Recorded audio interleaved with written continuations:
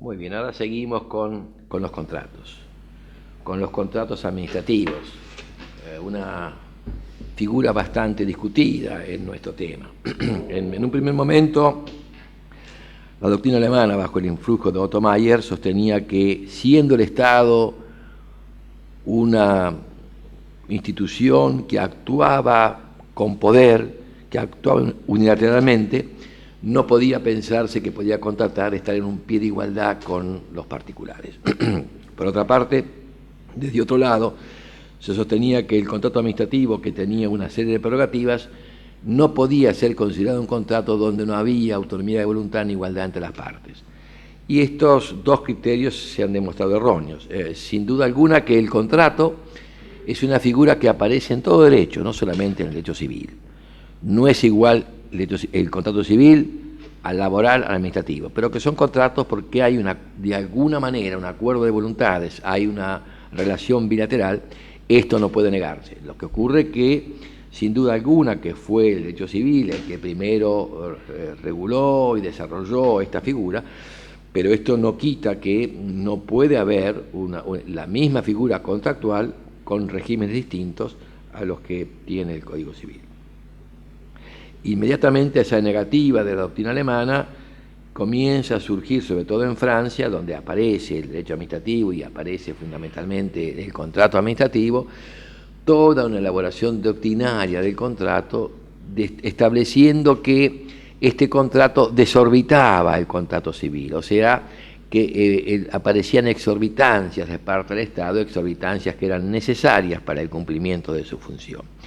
Y entonces comienza, digamos, a través de esto, de esta sustantividad del contrato administrativo, comienza a hablarse de la sustantividad y de la autonomía del derecho administrativo. O sea, ustedes saben que, por cierto, nada comienza de golpe, pero siempre se sostiene que podemos hablar de esta materia a partir de la Revolución Francesa, pero fundamentalmente a partir del Arret Blanquot en Francia en 1853, en fallo en el cual el Consejo de Estado se apartó de la teoría de la responsabilidad civil para elaborar una teoría de responsabilidad administrativa, partiendo, por cierto, de las diferencias esenciales que había en la actividad entre privados, en la actividad del Estado y un particular. Entonces, en cada figura de nuestra materia había que justificar esta excepción a la figura privada, y con ello se lograba la sustantividad de la figura que se trataba y también fundamentalmente la autonomía de nuestra materia. Ya no estando discutido la autonomía, podemos hablar sin duda alguna de la figura del contrato sin necesidad de compararlo con el contrato civil, del cual los distancian muchas cuestiones, pero esto porque fundamentalmente es un contrato típico de la materia. Hay distintos tipos de contratos, pero tienen unas características fundamentalmente especiales si lo relaciono con el derecho civil, pero unas características que son consustanciales a la función que el Estado debe cumplir, que es propender al bien común. Así como también el contrato laboral tiene unas características que también lo distinguen del derecho civil. O sea, entonces no hay que hacer una comparación con aquellos para lograr la diferenciación, sino que la característica de nuestro contrato administrativo tiene, por cierto, unas regulaciones especiales. Sin duda alguna que se pueden enunciar fácilmente estas diferenciaciones. Ahora, esto no quiere decir que el Estado no pueda contratar bajo el régimen de derecho privado. Puede haber contratos que se rijan por el Código Civil. Por ejemplo, si la administración digamos, de fondos públicos, digamos, lo que se llama la Administración Federal de Impuestos, puede alquilar un local para atender al público en la esquina de dos calles. Y esto puede hacerlo bajo la locación del Código Civil. O sea, puede hacer un arrendamiento que se rija por el Código Civil. Y esto, por cierto, toda la cuestión que hace al contrato se va a regular por esta materia, se va a regular por el Código Civil, como cualquier contrato entre privados. Pero sin embargo, va a haber algunas diferencias con el contrato que realizan dos particulares. En primer lugar, la regla de la competencia. La competencia para contratar bajo el régimen administrativo o bajo el régimen civil se maneja por el derecho público, o sea, el órgano que contrata tiene que ser competente. La competencia va a surgir de alguna norma, ley, reglamento, que establece previamente quién puede contratar. Por tanto, sea el contrato regulado en su objeto por el Código Civil o por el régimen administrativo, o en todo caso también podría haber un convenio laboral de algunos funcionarios públicos. Ahí y la competencia se va a regular sin duda alguna por el derecho público. De la misma manera, va a haber un régimen de procedimiento. Va a haber un régimen de procedimiento para seleccionar al contratista. El Estado, en principio, no puede contratar con quien quiera, sino que hay un régimen de selección del contratista. Sea que el contrato se rija por el derecho privado, sea que el contrato se rija por el derecho público. Es decir, el régimen de selección del contratista es común a todo tipo de contratos que firme la administración. O sea que acá también va a haber una gran diferencia con dos privados donde se ponen de acuerdo en una esquina y firman un contrato en un café. También va a haber quizás también haya un régimen de procedimiento para el contrato, es decir, aparte de la selección de contratistas. Esto habrá que ver en cada caso, pero digamos yo puedo subsumir todo en una etapa procedimental de selección y de algún trámite más, pero lo cierto es que hay un trámite distinto que el que tienen dos privados para contratar. De la misma manera, puede haber una regla de formalidades previas. Hay ciertos tipos de contratos que solamente pueden ser por ley. Bueno, entonces, ahí hay una formalidad que tampoco tienen dos privados. Y por cierto, también hay una regla necesaria que son de las previsiones presupuestarias. Cualquier contrato tiene que tener una previsión presupuestaria. Esta previsión presupuestaria se rige por la ley de presupuesto y por las normas que hacen esta cuestión, que también son de derecho público, cosa que todos particulares contratan cuando piensan que pueden llevarlo a cabo sin hacer ninguna previsión previa. Entonces, por más que el contrato pueda el objeto regirse por el derecho privado, sin duda alguna que este contrato de la administración no va a equipararse en forma absoluta a un contrato de derecho privado. O sea, siempre hay ciertas reglas que hacen al derecho público que siempre deben cumplirse para poder llegar a este acuerdo de voluntades. Por eso se suele hablar de contratos del Estado en general, y a veces se dice bajo el régimen de derecho privado o bajo el régimen administrativo. Estos contratos que se elaboran bajo el régimen administrativo son los que normalmente se conocen con el nombre de contrato administrativo. Pero vuelvo a repetir que aquellos contratos que algunos suelen llamar privados de la administración son privados en su objeto, pero no lo van a hacer en el resto de procedimientos, como ya hemos visto anteriormente. O sea, ¿y qué diferenciaría en todo caso a un régimen contractual estatal del otro? Bueno, se habla que hay un contrato administrativo cuando tiene un régimen de exorbitancias, cuando el Estado goza de ciertas prerrogativas respecto del acuerdo de voluntades del particular, respecto del acuerdo de voluntades entre dos particulares. Por cierto que esta exorbitancia, estas prerrogativas, no son las que ya nos hemos referido a la selección del contratista y demás, sino que estas prerrogativas y estas exorbitancias no se dan en la firma del acuerdo de voluntades, sino se dan en la ejecución del contrato. Ahí viene la diferencia que ocurre entre un tipo de contrato y en otro. Y cuidado, porque en ciertos casos, en algún contrato cuyo objeto sea privado, podría aparecer especialmente regulado algún tipo de exorbitancias en la ejecución de parte del Estado. Pero esto ya sería entrar en demasiado detalle en un bloque donde estamos dando un conocimiento general de la materia y no específicamente de esto. Esto está en todo caso para estudiarse en un bloque dirigido exclusivamente a la contratación pública. Entonces, repito, el problema de la diferencia, de la exorbitancia y demás, se va a dar fundamentalmente en la etapa de la ejecución del contrato, la etapa que hace a llevar a cabo esta situación.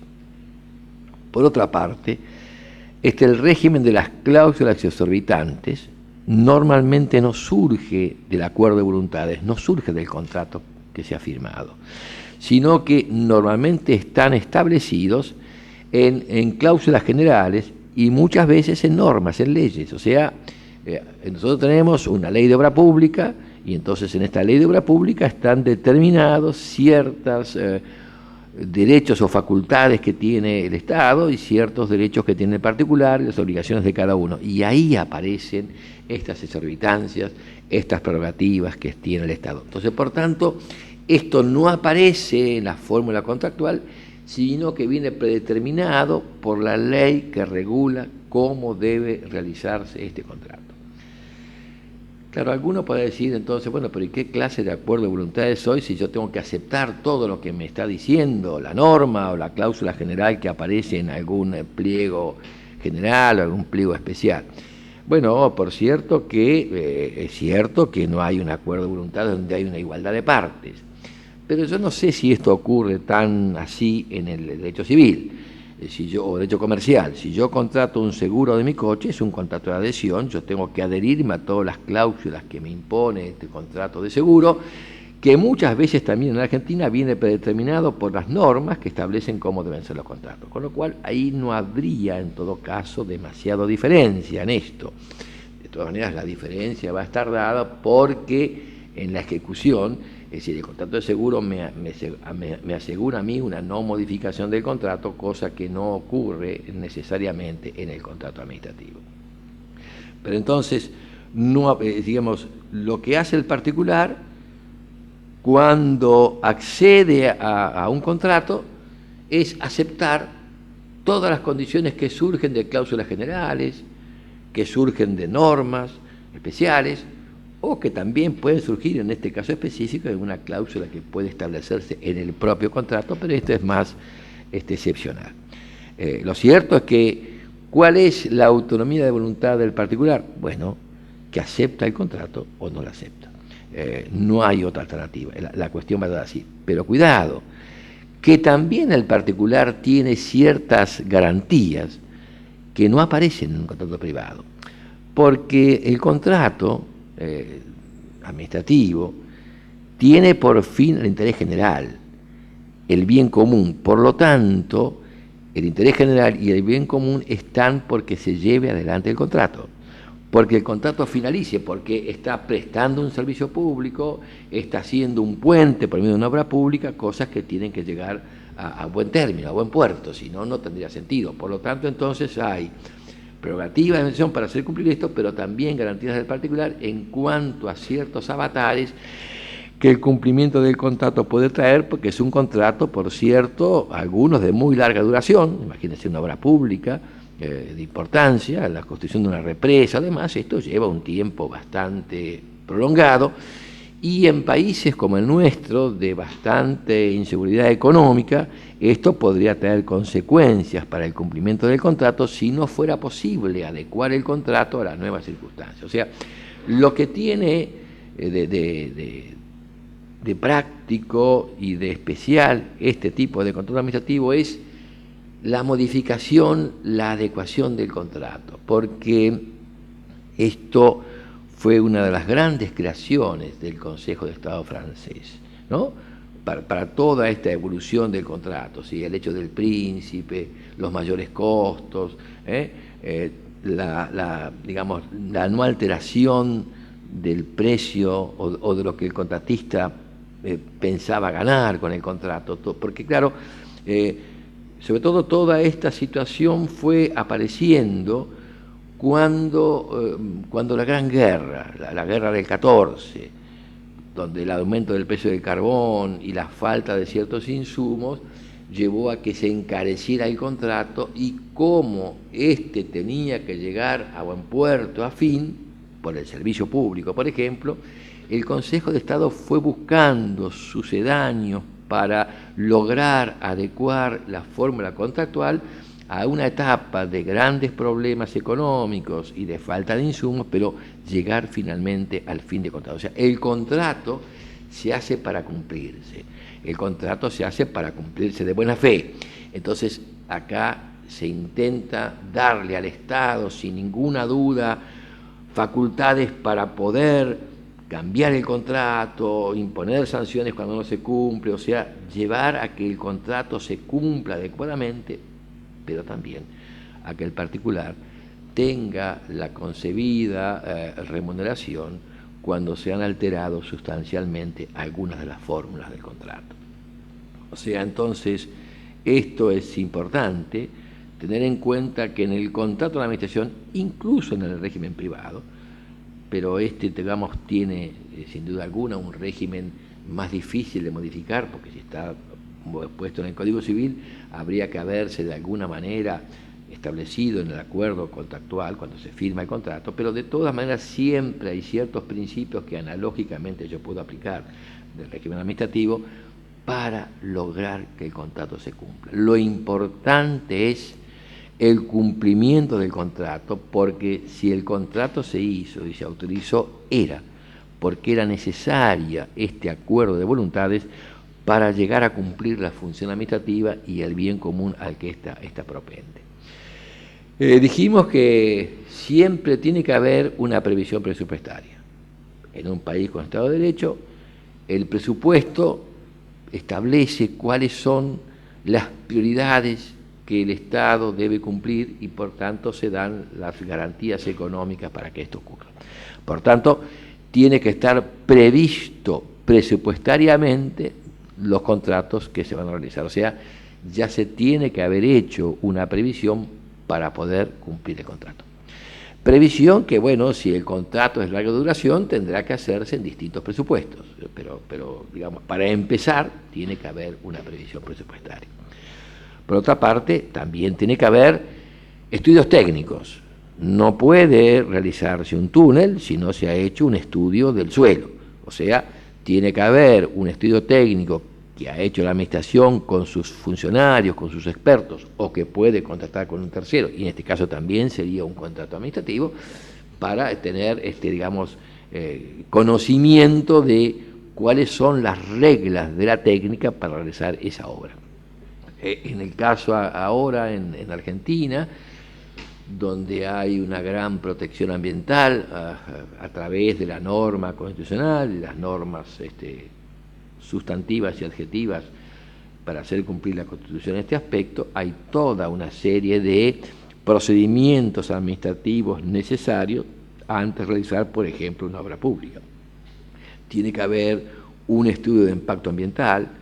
El estudio de impacto ambiental también es un procedimiento administrativo que, por cierto, está muy influido por las cuestiones ambientales. Es un procedimiento muy especial que, por cierto, tengo que atender no solo los principios del procedimiento administrativo, sino los principios ambientales, de preservación, etcétera, todas estas cuestiones que privilegian el ambiente. O sea, son ciertos procedimientos que son preferentemente ambientales, a los cuales la técnica del procedimiento administrativo tiene que adecuarse.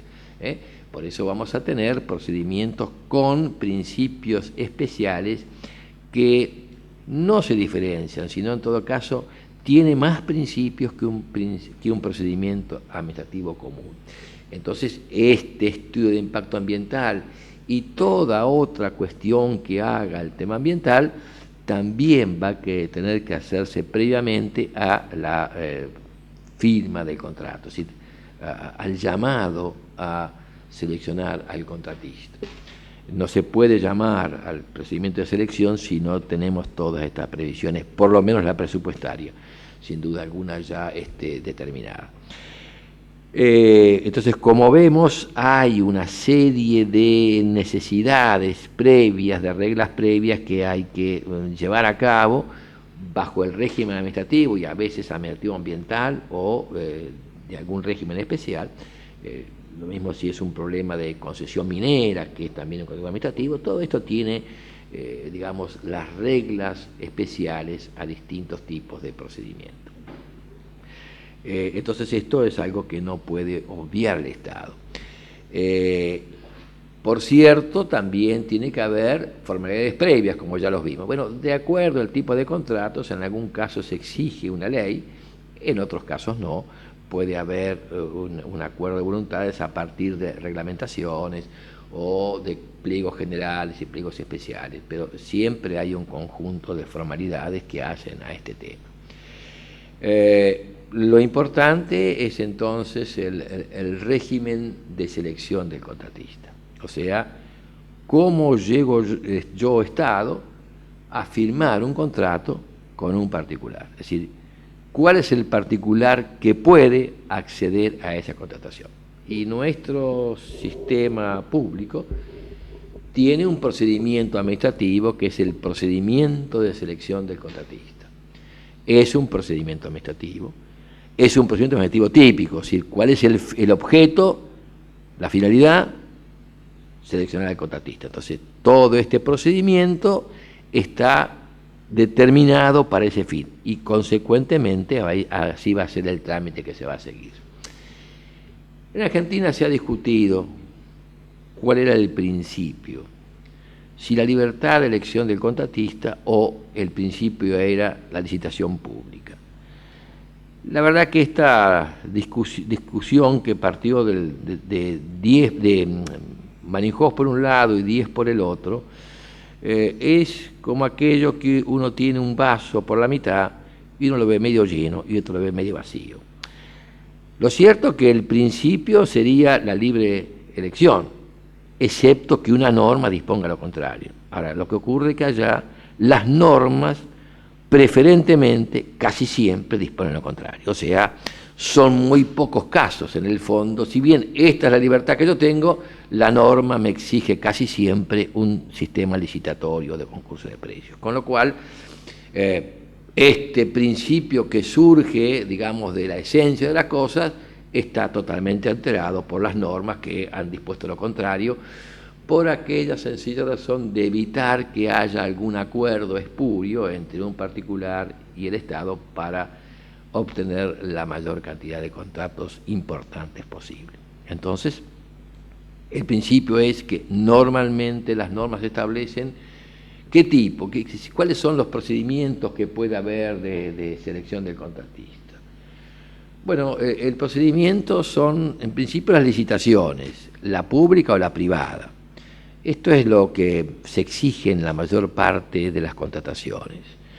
La diferencia está que en la licitación pública puede participar todo aquel que está inscripto en un registro correspondiente. Por ejemplo, los de obra pública están inscritos en un registro de obra pública de acuerdo a su capacidad para hacer las obras.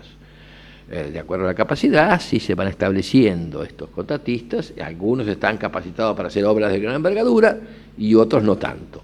Entonces, según el tipo de contrato, aquel que ha obtenido la inscripción en el correspondiente registro se puede presentar, por cierto, a este régimen de selección de contratistas. En la licitación privada, en cambio, no se invita a todos, sino que se invita a cierto número, en general son 6 como mínimo, en algún caso pueden ser menos. O sea, está determinado a quién se puede invitar, digamos, a qué número se puede invitar. Por cierto, si el número establece un mínimo, no un máximo. Entonces se invita a una serie de posibles contratistas, ojo, que también tienen que estar inscritos. Pero acá no son todos los inscritos, sino los que el Estado elige. Y esta diferencia puede darse muchas veces por el caso del monto, o a lo mejor por el caso específico de alguna técnica especial que requiera esta obra o este contrato. Entonces, la licitación será pública o privada, según participen todos los que pueden hacerlo o solamente algunos los que el Estado invitó. Las normas suelen determinar cuándo puede haber privada y si no, el principio que tiene que haber licitación pública. En algunos casos puede haber una adjudicación directa o una contratación directa. Esto se permite en circunstancias muy especiales. Normalmente son supuestos tasados, donde la respectiva norma dice cuándo puedo yo hacer una adjudicación directa. Los casos más típicos son el de urgencia, cuando tengo que contratar de urgencia. Por cierto, tiene que estar acreditada la urgencia y si realmente después el juez controla o el Tribunal de Cuentas, que es un organismo que controla todo aquello que afecta a la hacienda pública, un tribunal administrativo, que existe en todas las provincias, no la Nación tiene un régimen distinto que es el de Auditoría General, pero más o menos de alguna manera, no digo parecido, pero que de todas maneras hacen el control posterior de los gastos de la administración. Entonces, esta adjudicación directa, la urgencia, tiene que tener cuidado el funcionario, porque si esta urgencia luego se demuestra que no está habilitada, el contrato va a sufrir, porque va a tener un vicio, y si el contrato se cumplió, el funcionario va a ser responsable de esta situación, incluso hasta podría ser responsable penalmente por el mal desempeño de las funciones de funcionario público, si es que la urgencia fue una falacia que se intentó para llegar a esto. También muchas veces se ha cuestionado el hecho de que se llega a la urgencia, y no hay duda alguna que hay urgencia. Bueno, pero ¿por qué se llegó a la urgencia? Esta urgencia fue debido a una negligencia del Estado que no hizo lo que correspondía para contratar a tiempo. Bueno, todas estas cuestiones no van a afectar el contrato seguramente, porque bueno, había urgencia y había que hacerlo, pero sí puede llevar al funcionario a ser responsable de esta situación, porque se tuvo que adjudicar directamente por una negligencia del particular, y con mayor razón si puede demostrarse que esta negligencia fue para llegar a adjudicar con cierto contratista de conocimiento o de relación con el funcionario que fue negligente en esta cuestión. También hay adjudicación directa cuando la cuestión es eminentemente técnica y hay una sola técnica posible, y esa técnica está, ha sido registrada por este particular, o sea, solamente él puede proveer esto porque es el único que cumple con las condiciones de la técnica y tiene un registro que le hace la única persona posible de contratar. Esto también hay que tener cuidado, que no sea que esté llamada la licitación de tal manera que también sea un único oferente que puede presentarse, porque se dan las condiciones técnicas para esto, con lo cual, si bien se llama licitación, solamente uno puede presentarse, lo que en el fondo está encubriendo una adjudicación directa. Esto supo ocurrir en Argentina en algún tiempo, sobre todo en el proceso militar, donde la compra de coches estaba direccionada evidentemente hacia una marca, porque solamente esa marca podía cumplir con los requisitos técnicos, y por eso era muy conocido el hecho de que la policía y todo esto tenía este coche y se llamaba de tal manera. Sí, fui secuestrado por tal tipo de coche, y entonces uno sabía que pertenecía a alguna fuerza de seguridad o de ejército, o de la Marina, o sea, de Fuerzas Armadas, en aquellos tiempos del proceso militar. También puede ocurrir que yo elija la adjudicación directa por las condiciones de la persona que puedo cumplirlo. En nuestro teatro máximo de la lírica es el Colón, y un día hubo que pintar la cúpula del Colón y se llamó a un gran pintor. Habría más de uno seguramente, pero este era excelente, y entonces se contrató a tal y fulano, y esto nadie podía pretender llamar a una licitación porque no se podía competir con este, y si bien hubiera habido varios pintores iguales, no podría de ninguna manera objetarse a este pintor que fue llamado a pintar la cúpula del Colón. Entonces, en esos casos, cuando hay una especial, una especial técnica o una especial condición para ser, para ser el contratista, se puede llamar directamente o se puede adjudicar directamente. Si también por razones del monto, si el monto es pequeño, también puede hacerse una adjudicación directa. O sea, hay una serie de supuestos tasados que no son los mismos en todas las provincias, pero que en general coinciden. Entonces yo llamo a este sistema de selección de contratista al sistema que está previsto para el caso específico. Y entonces, ¿qué es lo que habitualmente se hace?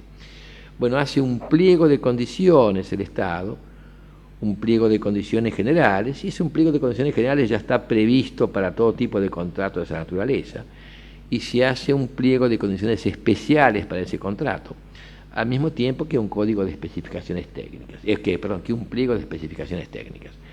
Estos pliegos, que sirven para que el postulante, el oferente, se presente al contrato debiendo cumplir con los requisitos que establecen los pliegos. Después, además, también va a ser la ley del contrato. O sea, primero es un llamado a licitación, es las condiciones para presentarse, y después también son lo que está, digamos, forma parte como la ley del contrato. El particular tiene que comprar el pliego, y luego de comprar el pliego tiene que presentarse acompañando los requisitos que el pliego exige o que la ley del caso exige, y se presenta, por cierto, puede ser que presente con un sobre o con dos sobres cerrados. A veces primero son las condiciones técnicas, después el precio, o a veces uno solo, y lo que se hace es, entonces se presenta, es decir, tiene que comprar el pliego, tiene que hacer un depósito de garantía, de mantenimiento de oferta, digamos, para decir que va a cumplir con esta situación.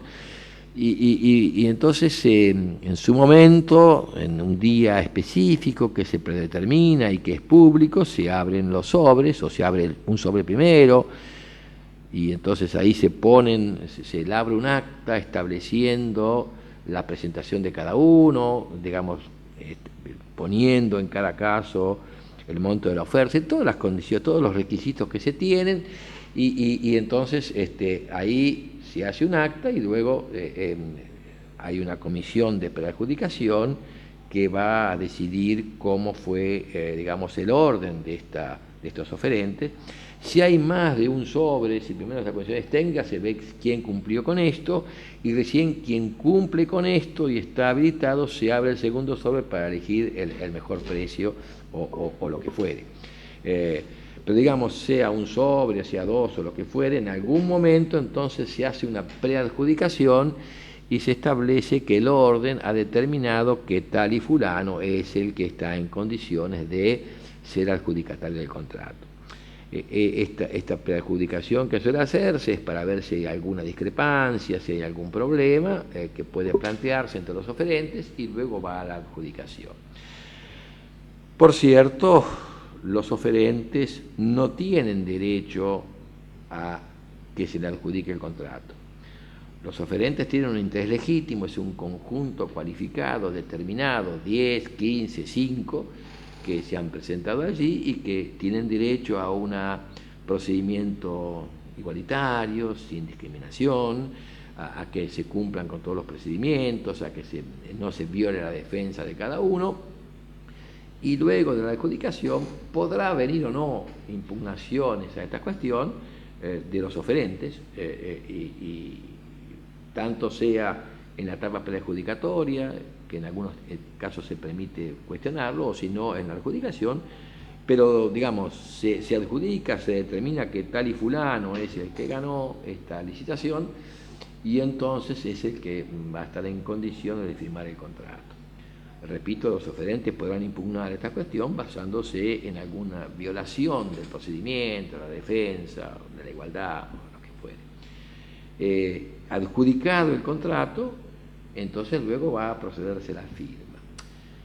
Lo cierto es que no todo contrato administrativo se firma. El contrato de suministro, que es el de provisión de bienes muebles al Estado, normalmente se perfecciona con la orden de compra que hace el Estado y con el acompañamiento de los bienes por parte del particular. Ahí no hay una firma del contrato. Esto es muy común en el contrato de suministro, que también es un contrato administrativo. Yo quiero precisar que en Argentina, a diferencia de lo que ocurre en algunos países, no está determinado cuáles son los contratos administrativos. Sin duda alguna, que el de obra pública, el de servicios públicos, el de concesión de servicios públicos, concesión de obra pública, etcétera, son típicamente administrativos, pero digamos no surgen de una norma. Hay otros países que por norma establecen qué contratos son administrativos y cuáles no lo son, con lo cual pasarán a ser aquellos que hemos denominado contratos privados de la administración. Entonces, finalmente se llegó al acuerdo de voluntades y se firmó el contrato. Ahora, fíjense ustedes que para la firma del contrato ha habido un trámite, ha habido un procedimiento de selección del contratista. Y ha habido en este trámite una serie de actos, o sea, hay una serie de actos administrativos que son los que llevan finalmente al contrato. Esta serie de actos administrativos van hacia un fin que es el contrato. Son actos que están coligados al contrato. En realidad, normalmente el acto es el acto que dicto en este momento en un procedimiento licitatorio o en casi cualquier procedimiento. El acto tiene como causa un trámite anterior y como efecto un trámite posterior, o sea, hay una serie concatenada de actos. Ahora, estos actos normalmente son separables del contrato.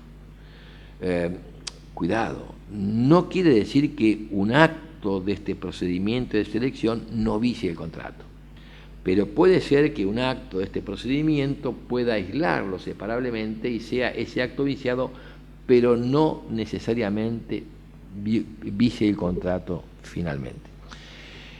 Normalmente sí, normalmente un acto de esta preselección puede afectar la firma del contrato, pero digamos, también hablamos nosotros de actos separables del contrato, porque muchas veces, si bien todos van llevando a la firma del contrato, algunos no son tan necesarios para esta firma del contrato. Entonces, en estos trámites procedimentales, no siempre el vicio de un acto trae como consecuencia necesaria el vicio del contrato, el vicio de la adjudicación más que del contrato, ¿no? Porque digamos el contrato es por la adjudicación que se ha hecho a partir de este régimen licitatorio.